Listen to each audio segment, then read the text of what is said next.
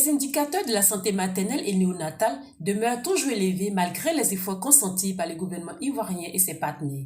Selon l'enquête démographique et de santé, le taux de mortalité maternelle s'élève à 385 pour 100 000 naissances vivantes et le taux de mortalité néonatale est de 30 pour 1000 naissances vivantes, ce qui constitue une préoccupation majeure pour la Côte d'Ivoire.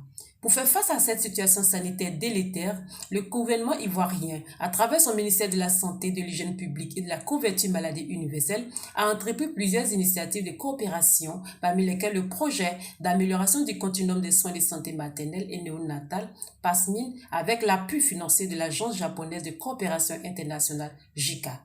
L'objectif de ce projet est d'améliorer la qualité des soins et l'utilisation des services dans le continuum de l'offre de soins de santé maternelle et néonatale dans la zone cible. Ainsi, un atelier s'est tenu du 5 au 8 juin 2023 dans un hôtel à Grand Bassam.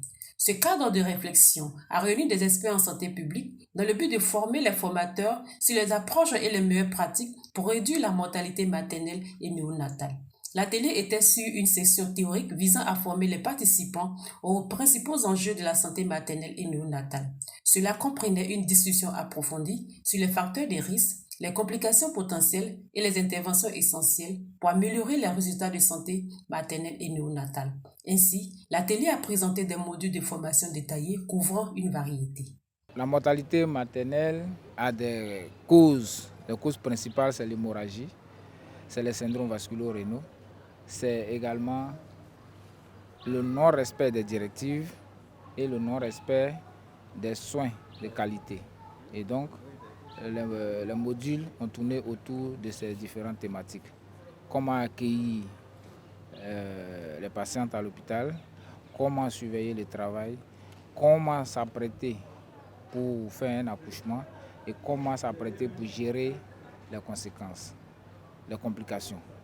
Maintenant, quand on n'arrive pas à gérer au niveau du centre, comment s'organiser pour référer la patiente pour qu'elle arrive dans de bonnes conditions au centre de référence. En outre, l'atelier a été conçu comme une première étape vers la phase pratique de la formation. Les participants ont été encouragés à appliquer les connaissances acquises lors de l'atelier dans des séances de formation ultérieures. La phase pratique visera à renforcer les compétences cliniques des prestataires de santé maternelle en mettant l'accent sur des approches basées sur des preuves pour la santé maternelle et néonatale. Actuellement, je suis très satisfait, par exemple, aujourd'hui, bien organiser ce séminaire-là. Donc, tout le monde est très compétent.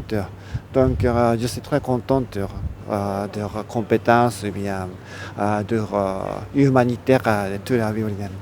Les participants devront ainsi utiliser les modules de formation pour dispenser des cours interactifs.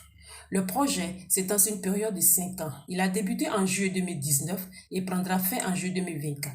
Le bilan à mi-parcours est satisfaisant. C'est dans cet élan que le manager du projet, Dr Django Claudine, par ailleurs directrice des soins infirmiers et maternels, a réitéré ses sincères remerciements à l'ensemble des acteurs du PASMIN. Nous sommes très ravis et heureux du fait de la satisfaction de la JICA quant à l'état d'avancement du projet dans l'ensemble, mais surtout du niveau des exécutions des activités programmées dans le cadre de la mise en œuvre du projet.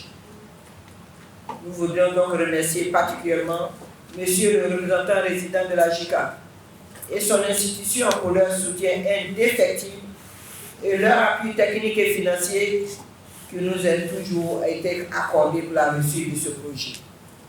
La zone cible du projet PASMIN est la zone sanitaire d'Abidjan 1, plus spécifiquement les districts sanitaires d'Abobo Est et Ouest, et a pour cible les femmes enceintes, les parturientes, les femmes en période postpartum et les nouveau-nés. Notons qu'à la fin de l'atelier, les participants ont reçu des certificats témoignant de leur participation.